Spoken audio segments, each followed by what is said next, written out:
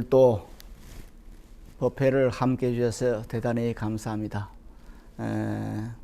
두 번에 걸쳐서 기도의 개념과 기도에는 두 가지가 있고, 그 다음에 불교의 기도는 신을 믿는 사람들이 하는 기도와는 다르다 하는 말씀을 드렸습니다. 오늘을 마지막으로 세 번째 시간인데, 불교에서의 기도와 가피라는 것이 무엇인가에 대해서 말씀을 드리고 그 이치에 대해서 말씀을 드리겠습니다. 불교에서 생각할 때 기도야말로 완전한 삶을 사는 생명의 율등이며 생명의 깃든 자유와 평화, 환희, 지혜와 자비, 무한공덕의 부처님 무한공덕 생명을 바르게 내어서는 것이 한마디로 말해서 기도를 했습니다. 이것을 이름해서 믿어야 된다. 이 사실을, 내 생명이 부처님 무한공덕의 생인 것을, 부처님의 환희인 것을 믿어야 된다 하는 말씀을 드렸습니다. 그래서 사실 불교 기도에는 신일자, 믿음이라는 한 글자에 모아집니다. 믿음이 있을 때 모든 것이 이루어지는 겁니다. 이렇게 믿음이 있어서 이렇게 이루어지는 것을, 성취되는 것을 이름해서 가피력이라 말을 합니다. 그런데 이 가피력에는 두 가지가 있습니다.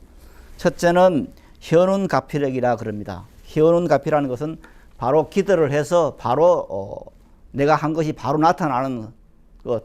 다시 말씀을 드리면 어제 대학 수능시험에 대해서 말씀을 드렸습니다만, 내가 기도를 했더니 우리 아들, 딸이 좋은 성적이 바로 났어. 그걸 좋은 대학에 갔어. 이걸 이러면서 이제 현운가피력이라는 말을 하죠. 그래서 보통 사람들이 기도를 할 때 현운가피력을 많이 사용을 합니다. 그것을 즉시 발부기도 하고 이것을 기도라처럼 생각을 합니다. 그러나 기도에는 이것만이 있는 것이 아니고 명운가피력이 있습니다. 즉 나도 모르는 사이에 은근하게 내가 원하는 바가 이루어지는 것을 이름해서 명운가피력이라 합니다. 이 명운이라는 것은 컴컴할 명자, 훈습할 훈자 이런데, 나도 모르는 사이에 부처님의 공덕이 늘 나타났더라.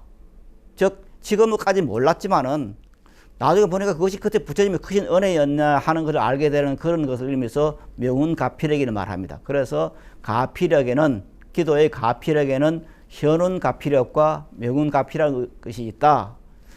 자, 여기서 이제 우리가 지금 하나 생각할 수 있는 것이 뭐냐. 그럼 이 기도가 어떻게 이루어지느냐, 어떻게 현운가피력, 명운가피력이 이루어지느냐 하는 문제가 생기게 되는데, 여기에 나오는 것이 이제 소위 말해서 화엄경에 나오는 일체유심조입니다. 화엄경에 나오는 이 일체유심조, 모든 것은 마음에 의해서 이루어진다. 마음을 따라서 이루어진다. 내가 어제 그제 말씀드린 것처럼 내가 지금 행복하다 했을 때 행복이 따라오는 것이고, 내가 불행하다 했을 때는 불행이 따라오는 겁니다. 그래서 이것을 이름해서 화엄경에서는 마음을 따라서, 일체가 마음에 따라서 이루어진다. 마음을 어떻게 선언에 따라 이루어진다. 혹은 이걸 달리 말해서 일체유심소연, 일체는 마음이 나타난 것이다. 이것을 마음이 물질화된다 했습니다. 삼라만사의 에너지 가득 차 있는데 그 에너지가 내 마음을 따라서 내 주변에서 현현되는 겁니다. 그런데 여기에서 이제 두 가지가 있다. 그래서 이거는 즉시 나타나는 것도 있고 명운가피라 그래서 천천히 나중에 지나가 보니까 이게 부처님의 큰 가피력이라 하는 것이 있다고 말씀을 드렸습니다. 그런데 여기서 현의든 명의든 간에 그 가피력이 나오는 도리는 무엇보다도 일체유심조의 도리입니다. 유심소연의 도리입니다. 그런데 문제가 하나 있는 것이 뭐냐. 그럼 내 마음, 이 중요한 마음이라는 것이 또 어떻게 생겼냐 하는 문제입니다. 마음이 어떻게 생겼느냐. 일체가 내 마음에 의해서 이루어진다면은, 일체가 내 마음이 나타난 바를 하면은 중요한 것은 마음이 어떻게 생기냐 하는 것이죠. 그 어떻게 생긴 그 마음을 우리들이 어떻게 내었을 것이냐. 일단 마음이 무엇인가 알아야 됩니다. 그래서 일체가 마음이 나타난 거고, 마음이란 것이 모든 걸 만든다 했을 때 그 마음이 어떻게 생겼나 했을 때 반여시경에서는 이렇게 말합니다. 시제법 공상 즉 모든 것은 일체 삼라만성은 전부 공이어서 텅 비어서 불생불료 불고부정 부정불감이라 그랬습니다. 내 마음이라 하는 것은 텅 비어서 불생불멸 나지도 않고 없어지도 않는다 하는 말은 멸하지 않는 말은 내 마음이라는 것은 영원하다는 말입니다. 원래 태어난 바가 없어요. 내 마음이 언제 태어난 바가 내가 그냥 어머니 뱃속에 들어갈 때 생겼느냐 그것이 아닙니다. 원래 있는 마음이에요. 다만 원래 있는 그 마음이 내 몸이라는 걸 받은 겁니다. 이것을 생각을 잘 해야 됩니다. 내 마음이라는 것이 내 몸속에 있는 것이 아니라 내 마음이라는 것이 몸이라는 형태를 가지고 있는 겁니다. 이 주객이 바꿔 있는 거죠. 우리들은 지금 이제 마음이라는 게 몸속에 하지만은 저는 지금 말하는 것이 뭐냐. 마음의 몸속에 있는 것이 아니라 마음이라는 것이 몸이라는 물질을 가지고 있다는 말입니다. 이 정반대 개념입니다. 그럴 때 그 마음이 무엇이냐. 이제 반야시경에서는 그 마음이라는 것이 텅 비었는데 이거는 불생불멸 나지도 않고 난 적이 없기 때문에 멸하지도 않는다. 그래서 이것은 영원한 것이다. 끝날 날이 없는 것이다. 이 우주가 없어도 내 마음은 남아있는 것이다. 다음에 불고부정. 이거는 더럽지도 않고 깨끗하지도 않다. 더럽지도 않고 깨끗하다 이 말은 뭐냐. 절대청정이란 말입니다. 내 마음이라는 것은 절대청정한 것이다. 죄지으려 죄지을 수 없는 것이다. 여기서 이제 불교의 개념하고 신을 믿는 기독교나 이런 종교하고는 틀린 것이 뭐냐. 이제 그 사람들은 뭐라 하느냐면은 신이 그렇게 말했다. 너는 원죄가 있다고 말했다. 그래서 원죄가 있다. 그렇게 생각을 하죠. 그러나 불교에서는 그렇지 않다. 우리들의 생명은 청자한 것이다. 이 청자이라는 것은 불구부정, 더럽지도 않고 깨끗하지 않다. 이 말은 절대 청자입니다. 이건 더러움을 상정할 수 없는 절대 청자입니다. 다시 말씀을 드리면은 우리의 생명이라는 것은 예를 들어서 이 에너지라 하는 것이 생각해 보면은 더럽다 깨끗하다 이것이 없잖아요. 이 에너지는 더럽다, 이 에너지는 깨끗하다 그렇게 할 수 없잖아요. 이건 이 상태가 절대 청정입니다. 에너지라는 절대 청정입니다. 내 본성은 그렇게 절대 청정이다. 그래서 인간은 죄 지을래야 죄를 지을 수 없는 그런 상태다 하는 것이 이제 이게 불구부정입니다. 더럽지도 깨끗하다, 절대 청정이다. 그래서 신을 믿는 종교에서는 너희들은 원죄가 있다, 죄가 있다, 죄를 태어났다. 그래서 신에게 죄를 빌어야 되고 혹은 불교에서 참여를 합니다만은 죄를 있으면 그 성직자에게 가서 그냥 이실 짓고 하는 그런 걸 해야 된다. 그래야 연역에서 벗어난다. 그렇게 말을 하죠. 그럼 불교는 그건 아닙니다. 원래 사람은 죄 지으려야 죄 지을 수가 없는 존재예요. 이걸 확실히 알아야 됩니다. 다른 종교에서 죄 짓는다고 하는 그 말에 대해서 수긍하고 우리 죄가 있는 모이다. 이렇게 생각하면 안 되는, 그건 불교 기도가 아닌 겁니다. 개념이 아닌 겁니다. 그래서 우리 자체는 영원한 것이다. 청정한 것이다. 죄 지으려 죄 지을 수 없는 그런 본성을 가지고 있다. 그래서 내 본성은 청정한 것이다. 이것이고 그 다음에 나오는 것이 뭐냐. 부정불감입니다. 늘지도 않고 줄지도 않는다. 이 말이 무슨 말이냐. 이걸 한번 하면 원망구적하다는 말입니다. 나는 내 생명 속에는 부처님의 한량없는 공적, 우리들은 부처님에 대해서 부처님 능력이 요만할 것이다. 부처님이 우리들이 해줄 수 있는 건 요만한 것이다. 이렇게 한정할 수 없잖아요. 혹은 부처님의 병이 있다. 관세음보살에게 병이 있다. 그것이 할 수 없잖아요. 부처님께 병이 있을 수가 없고 관세음보살의 병이 있을 수가 없습니다. 그 국토는 한량없는 청지국토고 모든 게 갖추어진 세계입니다. 이것이 이제 원망구적입니다. 그래서 내가 지금 부처님께 원하는 그 모든 것은 다 지금 내가 가지고 있다.